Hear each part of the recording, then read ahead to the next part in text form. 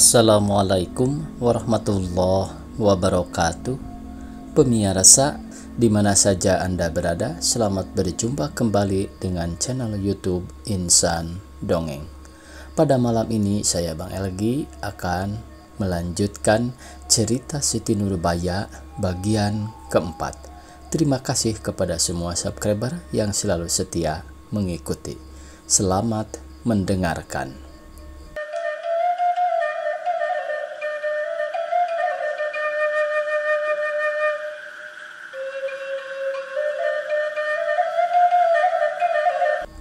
Dari sebelah timur kedengaran bunyi puput kereta api di stasiun Padang sekali-kali, sebagai hendak memberi ingat kepada mereka yang hendak menumpang dan berangkat pagi-pagi.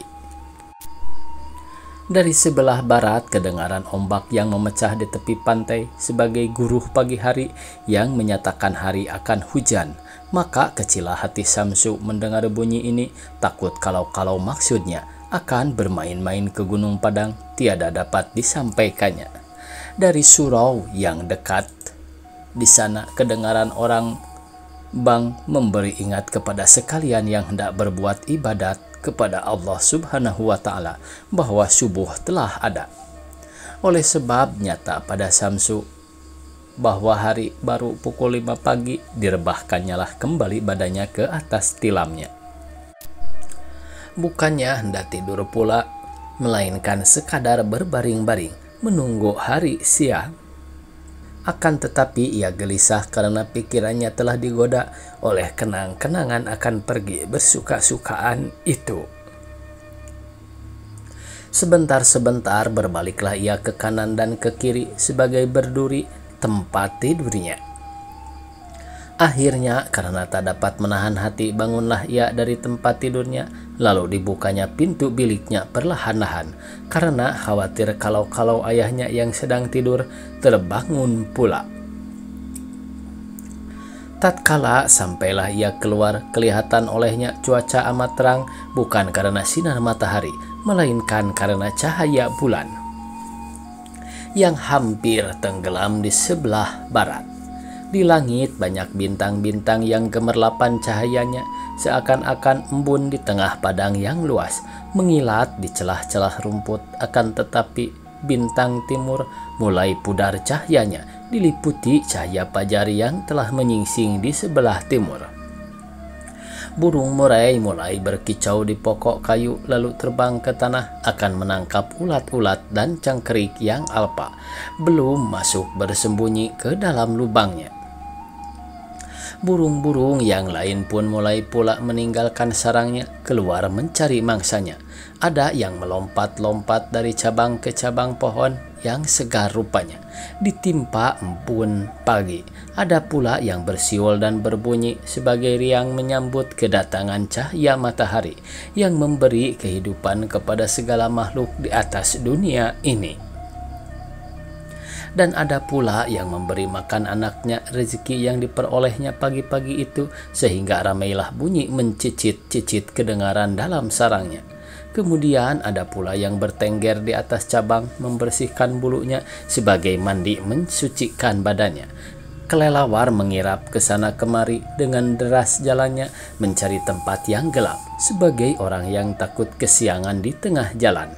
Ayam betina keluar dari kandangnya sambil memimpin anaknya berbunyi-bunyi memanggil dan mengumpulkan yang ketinggalan atau yang pergi ke tempat lain. Takut biji matanya akan sesat di jalan yang masih gelap. Ayam jantan berlari ke sana kemari memburu ayam betina, lalu berdiri sejurus, mengangkat kepalanya dan berkokok dengan tangkasnya, seolah-olah seorang hulu balang yang sedang mengerahkan laskarnya di medan peperangan. Di jalan besar mulai kelihatan orang seorang dua berjalan tergesa-gesa, sebagai ada yang diburunya. Gerobak yang ditarik kerbau dan lembu atau disorong orang kedengaran berbunyi gentanya sebagai menyatakan hari telah siang. Sesungguhnya di sebelah timur mulailah tampak cahaya matahari yang memancar ke sana kemari, menerangi sekalian benda yang ditimpanya. Samsu pergi ke bilik kusir tuannya Pak Ali, lalu diketuknya pintu bilik ini sambil berkata, "Pak Ali, bangunlah, hari telah siang." Sejurus kemudian terbukalah pintu bilik ini dan kelihatan Pak Ali mengeluarkan kepalanya dari pintu ini sambil menggosok-gosok matanya sebagai hendak menerangkan pemandangannya. "Pukul berapa sekarang, Kumoda?" tanya kusir ini. "Hampir pukul 6, jawab Samsu. Mendengar jawab ini, keluarlah kusir Ali dari biliknya, masuk ke kandang kudanya akan membersihkan Bendi, pakaian kuda dan kandangnya. Sementara itu pergilah Samsu mandi ke sumur. Tatkala ia masuk kembali ke rumahnya, kelihatan olehnya ayahnya sudah bangun, duduk di kursi malah serambi belakang. "Lekas benar engkau bangun pagi ini," kata ayahnya. "Supaya jangan terlalu kepanasan di jalan, ayah," jawab Samsu. Jadi juga engkau pergi?" "Jadi, ayah." "Nurbaya pergi pula?" "Pergi katanya tadi malam." "Hati-hati engkau menjaga anak orang, heh?" "Iya, ayah," jawab Samsu pula.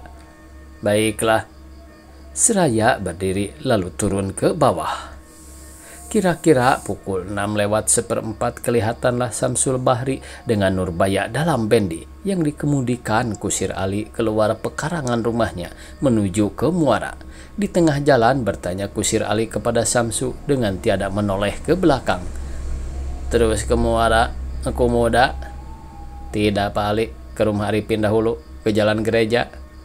Karena mendengar jawab ini ditujukan oleh kusir Ali Bendinya ke jalan gereja. "Nyaris aku kesiangan, Sam," kata Nurbaya dalam Bendi itu. "Karena tadi malam aku hampir tak dapat tidur, sebab takut mendengar bunyi katuk-katuk." "Aku pun ngeri mendengar bunyi tanda bahaya itu, sehingga pukul 2 malam, tatkala ayahku telah datang, barulah aku dapat tidur. Tetapi pukul 5 pagi aku telah terbangun pula," jawab Samsu. "Di mana orang mengamuk itu?" "Aku pun tak tahu. Katuk-katuk kedengaran berbunyi pada segenap pihak, dan nama pula bunyinya." Tengah bercakap-cakap demikian dengan tiada diketahui mereka, berhentilah Bendi itu di hadapan rumah Kop Jaksa Sutan Pamuncak di kampung sebelah. Di muka ini telah berdiri 2 orang anak muda laki-laki yang umurnya hampir sama dengan Samsu. Tatkala dilihat mereka, Bendi Samsu berhenti lalu dihampirinya seraya berkata, "Hei, Nurbaya mengikut pula?" Sebab dilihatnya Nurbaya ada bersama-sama Samsu. "Baiklah, lebih banyak orang, lebih girang." "Mengapa, Tiar? Tak bolehkah aku mengikut, sebab aku perempuan?" kata Nurbaya sambil tersenyum. "Ah, masa akan tak boleh, Nona?" jawab anak muda yang dipanggil Tiar oleh Nurbaya. "Aku berkata demikian bukan karena tak suka, bahkan karena suka hatiku melihat engkau ada bersama-sama." "Bohong, karena ia khawatir tak cukup akan mendapat kue-kue yang kita bawa," menyela Arifin kepada Tiara. "Baiklah, kalau benar engkau bersuka hati melihat aku mengikut, niscaya engkau kelak takkan takut memanjat pohon jambu keling untuk aku," sahut Nurbaya sambil tersenyum pula untuk membujuk Bahtiar yang mulai merenggut mendengar perkataan Arifin. "Boleh kau lihat sendiri nanti mana yang lebih pandai memanjat, aku atau kera," jawab Bahtiar dengan bangganya. "Kalau untuk makan, si Tiar memang lebih pandai memanjat daripada kera," mengusik pula Arifin. Sementara itu kedua anak muda tadi naiklah ke Bendi Samsu yang langsung berangkat ke muara. Kedua anak muda yang baru kita kenali itu ialah Jainul Arifin, anak Hop Jaksa Sutan Pamuncak, dan Muhammad Bahtiar, anak guru kepala sekolah Bumi Putra kelas 2 di belakang tangsi. Keduanya teman sekolah Samsul Bahri yang 3 bulan lagi akan pergi bersama-sama dengan dia ke Batawi meneruskan pelajarannya. Arifin pada sekolah dokter Jawa, Bahtiar pada sekolah obsteter atau KWS. "Pada sangka aku terlambat," kata Arifin setelah ia duduk dekat Samsu. "Biarpun kau terlambat, tentu akan kutunggu juga, sebab demikian perjanjian kita," jawab Samsu. "Apa sebenarnya engkau akan terlambat?" "Sebab aku memang seorang yang suka tidur, apalagi sebab tadi malam aku tak dapat lekas-lekas tidur," jawab Arifin. Mengapa? Ada keramaiankah di rumahmu tadi malam? Tanya Samsu. Ya, memang ada keramaian yang amat besar. Sampai pukul 12 malam masih jaga aku, jawab Arifin sambil menutup mulutnya menahan kuapnya. Cobalah lihat, Sam, baik hatinya Arifin ini. Ada keramaian di rumahnya, tiada dipanggil-panggilnya kita, kata Nurbaya mengumpat. Ah, masa akan kau tiada dapat panggilan? Ujar Arifin pula. Benar tidak? Jika demikian, tiada sampailah panggilan itu kepadamu, sebab panggilan itu dijalankan dengan katuk-katuk. Dengan katuk-katuk? Tanya Nurbaya sambil tercengang. Macam baru memanggil orang dengan tanda bahaya. Mendengar olok-olok Arifin ini, Samsu tersenyum dan Bahtiar, akan tetapi Nurbaya belum mengerti sindiran perkataan Arifin itu. Tiadakah kau dengar bunyi katuk-katuk tadi malam? Tanya Arifin pula. Betul ada, tetapi pada sangkaku sebab ada orang mengamuk, jawab Nurbaya. Ya, itulah dia, bukankah tiap-tiap ada orang mengamuk? Di rumahku ada keramaian besar, sebab orang yang mengamuk, orang yang diamuk, opas-opas, saksi-saksi, kepala-kepala, dan ketua-ketua kampung dan lain-lainnya. Begitu pula orang yang menonton, sekaliannya datang berkumpul di rumahku untuk memberi selamat kepada kami, kata Arifin pula seraya tersenyum. Ah, itu maksudmu, kusangka benar engkau beralat, jawab Nurbaya kemalu-maluan, sebab ia baru merasa telah dipermainkan oleh Arifin. Beralat tidak, tetapi keramaian ada, jawab Arifin sambil tertawa. Memang kau tukang olok-olok, patut jadi alan-alan, jawab Nurbaya sambil tertawa pula. Siapa yang mengamuk tadi malam dan di mana ia mengamuk? Tanya Samsu. Siapa yang mengamuk itu tiada aku ketahui, tetapi rupanya sebagai penjahat kulihat. Kau lihat orangnya? Tanya Bahtiar mencampuri percakapan ini.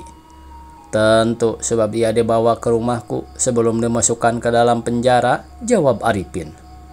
Cobalah kau ceritakan kepada kami bagaimana asalnya dan kejadiannya pengamukan itu, kata Bahtiar pula. Oleh sebab engkau sekalian minta supaya ku ceritakan hal ini, itulah tandanya engkau sekalian ingin hendak mendengarnya, bukan? Akan tetapi, oleh sebab kita hampir sampai di muara, ku tahan keinginan hatimu itu. Sampai nanti, kalau kita telah mendaki, penawar lelah mendaki, kata Arifin. Coba lihat kikirnya Arifin, jawab Bahtiar yang hendak membalas dendam pada Arifin. Sudah tiada dipanggilnya kita tatkala ada keramaian di rumahnya. Sekarang ditahannya pula keinginan hati hendak mengetahui keramaian itu. Dimahalkannya harga barangnya sebab diketahuinya banyak yang suka membeli. Benar engkau berani. Engkau memang dengan sengaja tiada aku panggil, sebab aku tahu engkau lebih suka pergi ke tempat keramaian yang ada kue-kue daripada ke tempat keramaian yang ada darah, jawab Arifin. Bahtiar sebagai merengut mendengar sindiran sahabatnya ini. Pada sangkaku lebih baik Arifin menjadi seorang saudagar daripada menjadi seorang dokter. Karena saudagar memang demikian adatnya, apabila diketahuinya orang suka kepada barang perniagaan, ditahannya barang itu dan dinaikkannya harganya, kata Samsu. Akan tetapi, tatkala itu juga ia merasa menyesal telah mengeluarkan perkataan itu, takut kalau Nurbaya menjadi gusara kepadanya. Dengan sudut matanya dikerlingnya Nurbaya yang duduk di sisinya. Tetapi rupanya gadis ini tiada mendengar celaan itu karena ia sedang asik melihat beberapa perahu kail yang baru masuk ke muara Sungai Arau. Sesungguhnya keempat anak muda itu telah sampai ke dekat sebuah rumah jaga di muara. Di belakang rumah jaga ini kelihatan beberapa kuda tambang sedang dimandikan oleh kusirnya di pinggir pantai, tempat Sungai Arau bermuara ke laut. Dekat tempat mandi kuda ini adalah sebuah pangkalan yang menganjur sampai ke tepi sungai, tempat berlabuh kapal-kapal api kecil yang berlayar ke tarusan. Di sebelah pangkalan ini berlabuh beberapa perahu kecil yang baru datang dari laut membawa ikan-ikan yang dapat dikailnya pada malam itu. Di muka pangkalan ini adalah sebuah rumah tempat pengail-pengail menjual ikannya, dan di sebelah baratnya menjulang Gunung Padang sebagai kepala seekor ular naga yang timbul dari dalam laut. Yang menjadi leher naga ini ialah bagian yang rendah tempat orang naik mendaki Gunung Padang. Makin ke selatan, makin bertambah besar gunung ini. Itulah badan ular naga yang membelok ke timur, diiringkan oleh sungai Arau yang mengalir di kakinya. Di sebelah selatan pangkalan yang diperkatakan tadi adalah kantor bea perahu-perahu yang masuk sungai Arau, atau kapal-kapal yang berlabuh di Pulau Pisang. Pelabuhan Kota Padang dahulu yang sekarang telah dipindahkan ke Teluk Bayur. Sejak dari kantor bea ini kelihatan di pinggir sungai Arau yang menceraikan Gunung Padang dari Kota Padang. Beberapa perahu besar dan kapal api kecil berlabuh berleret-leret sepanjang tepi sungai yang ditembok dengan batu. Sejajar dengan tembok ini adalah jalan kereta api dan jalan besar untuk mengangkut barang-barang ke Kota Padang. Pada sebelah utara jalan ini berleletlah beberapa gudang, disambung toko-toko sampai jauh ke Kampung Cina dan Pasar Gedang. Di tempat ini memang bagian Kota Padang yang amat indah, oleh sebab itu kerap kali dikunjungi oleh mereka yang suka berjalan-jalan pada petang hari, tatkala matahari hampir silam, untuk mengambil hawa yang baik, karena tempat ini baik letaknya dan banyak memberi pemandangan yang elok-elok. Lagi pula tiada terlalu ramai sehingga mereka yang berjalan-jalan di sana tiada terganggu oleh lalu lintas. Hanya pada waktu hari raya sampai 2-3 hari sesudah puasa, jalan ini hampir tiada dapat ditempuh orang yang berjalan kaki, karena berpuluh-puluh bendi dengan berbuka tenda berlumba-lumba di sana mengadu deras lari kudanya. Itulah suatu kesukaan yang sangat digemari anak muda-muda Kota Padang. Apabila kembali kita menurut jalan yang telah diceritakan tadi, arah ke utara, sampailah kita di pantai Laut Padang. Sepanjang pesisir pantai ini kira-kira sepal jauhnya adalah suatu taman bunga-bungaan yang dihiasi oleh beberapa jalan kecil-kecil. Pada beberapa tempat di bawah pohon ketapang yang rindang adalah bangku-bangku tempat berhenti mereka yang lelah karena perjalanannya. Kira-kira di tengah taman ini adalah sebuah rumah punjung yang bundar dan cantik bangunannya, diperbuat di atas suatu gunung-gunungan sebagai suatu mahligai di dalam istana. Tiadalah heran kita apabila taman ini menjadi suatu tempat yang sangat menarik hati bangsa Eropa yang tinggal di Kota Padang, karena sesungguhnya amat senang perasaan dan indah pemandangan apabila pada petang hari duduk di sana melihat matahari terbenam di sebelah barat. Misalkanlah oleh pembaca yang belum ke sana, tempat ini suatu taman bunga-bungaan yang permai tetapi sunyi senyap. Di atas sebuah bangku yang ada dalam mahligai yang letaknya di tengah-tengah taman itu, bernaung di bawah pohon kayu yang rindang, duduk seorang anak muda yang sedang termenung-menung ke sebelah barat kepada suatu kolam yang amat luas yang membentang di sisi taman itu. Sedang ombaknya memecah di kaki anak muda tadi, menyiram bunga-bungaan yang di sana. Jauh di sebelah barat di tengah-tengah kolam ini kelihatan beberapa buah pulau yang berleret-leret letaknya sebagai pagar kolam ini. Di balik pulau-pulau itu adalah suatu mestika yang bundar sebagai sebuah bola emas yang menyala-nyala memancarkan cahayanya yang kilau kemilau ke muka air kolam, yang seakan-akan suatu kaca besar membalikan cahaya yang jatuh ke atasnya ke dalam taman tadi, menyinari segala pohon-pohonan dan bunga-bungaan yang ada di sana. Waktunya habis pemirsa. Dicukupkan sekian, semoga esok kita bisa berjumpa kembali. Billahi taufiq wal hidayah. Wassalamualaikum warahmatullahi wabarakatuh.